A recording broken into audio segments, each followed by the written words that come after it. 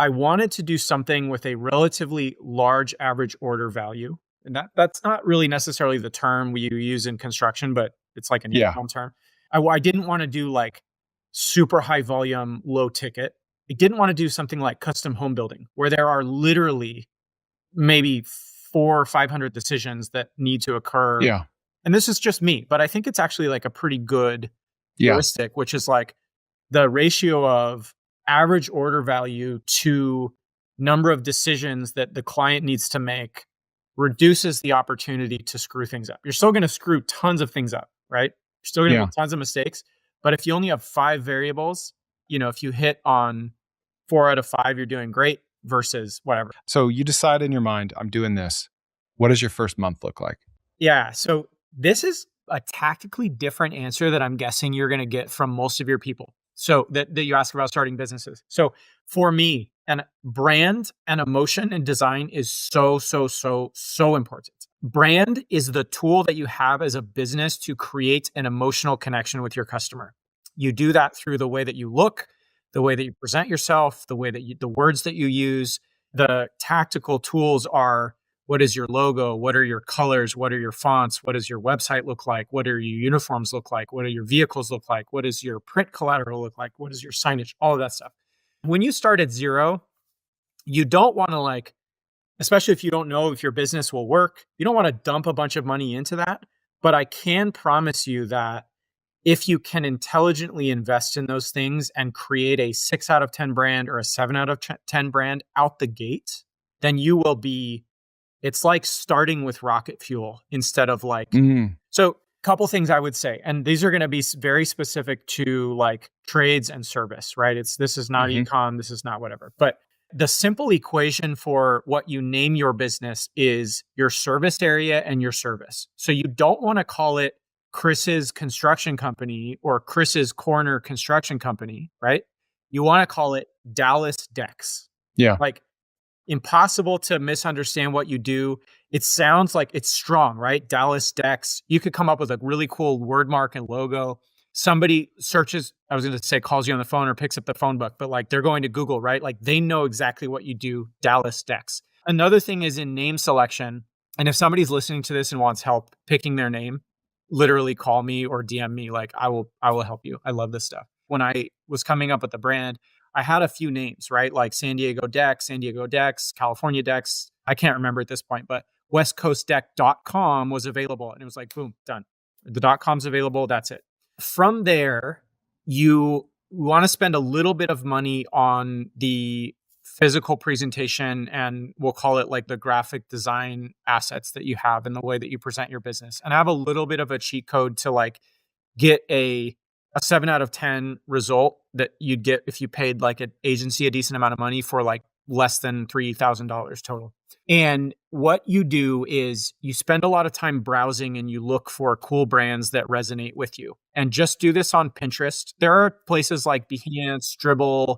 You could go on agency websites where they have their portfolios. But for most people, they understand how to use Pinterest. And a lot of design work is now posted on Pinterest. Just go on there and search for not necessarily deck branding. That's not going to give you what you want, but construction branding, or maybe you say look, I really like D2C shampoo branding right now. And I think my construction company would look really cool. So that's actually a good place to start. And you pull these shampoo branding. And then what you do is you go on, you can do it on Upwork, you can do it on Fiverr.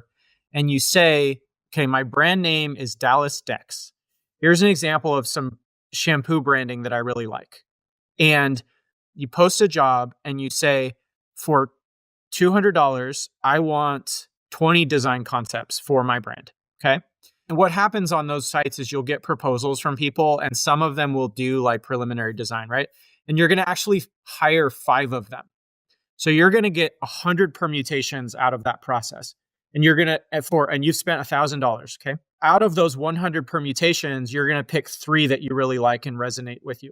One of the things that is expensive for a design agency to produce is that ideation phase. And you're just kind of shortcutting it down, right? You're short circuiting. Yep. And then you go to a designer. Again, you can do this on Upwork. You can probably get a really good result for under $1,000.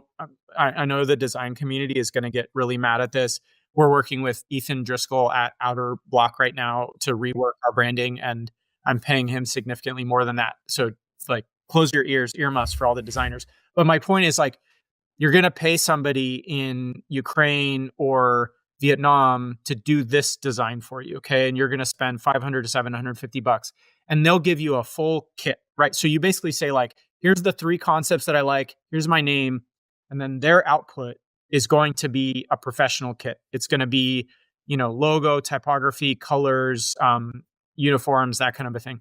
So you've spent, $2,000 at this point, and you look way more professional than 99 out of 100 service businesses. And so when you show up without a track record, you've never built a deck before, you have no background in this, you don't have any social proof, but you look nice, you're well-spoken, you took a shower that day, you show up and you kind of pitch yourself and you have good branding, that's enough for people to trust you. And it gives you a basis on which, like, okay, there's a new entrant in our market.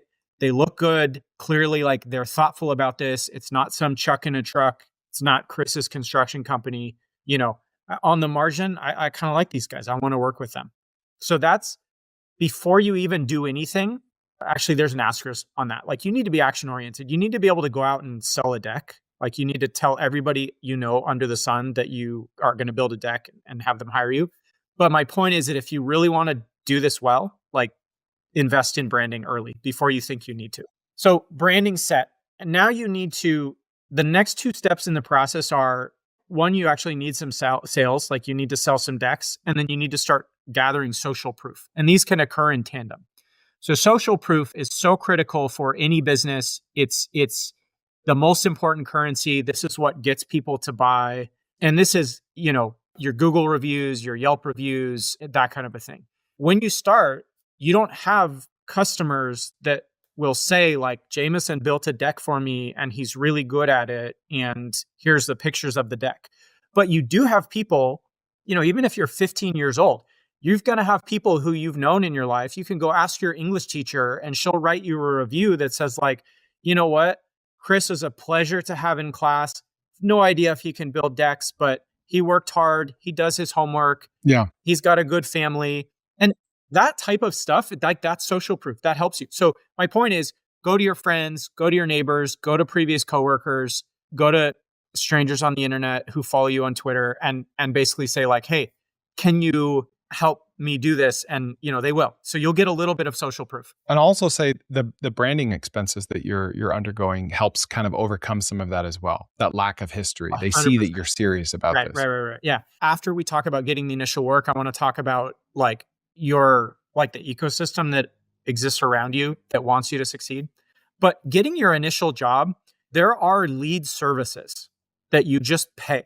So when I started, it was Angie's List and Home Advisor. This was 5 years ago. But if I were doing it today, I would do Thumbtack, I would do TaskRabbit, I would do Angie, which is the combined Angie's List and Home Advisor. You can't necessarily qualify for Google LSA because you don't have a history yet. Well, it depends on licensing and things like that, right? So, like, it depends on your market, but eventually that's like step 1B is, like, getting on Google and getting leads there. But my point is, all these other services, like, you can start doing handyman jobs or, like, deck repair jobs or fence jobs, and there is just not enough people providing that service. You can get those jobs and you literally just go sign up for these lead services. Now, maybe this is like a cheat code or something that needs to remain consistent from day 0 to day infinity, but, like, speed to lead and immediate responsiveness and picking up the phone, if you cannot do that, do not do this, right? Like, you just don't do any home service business. Don't do any like entrepreneurial thing at all, right? You need to respond to a lead within 30 seconds. We have like a 5-minute rule upon pain of death, right? Like, but you respond to that lead within 30 seconds. You're doing a site visit or you're doing a qualifying call immediately right away. If it's a qualified lead, you're doing a site visit within a day, and then you're delivering your proposal within another day. It's like, and a lot of times, depending on what your service is, that timeline could even be compressed. It could be immediate. But past 2 or 3 days, like, you have to have the capability to be able to do that. And I could do a post on Twitter talking about, like, the specific tactics of how to do those things. But honestly, it's like, leave your phone ringer on full volume and keep it with you all the time and always answer. Like, that's it. So you might not know this, but this isn't my real channel. My full channel is linked below or right here. Go check that out for full episodes.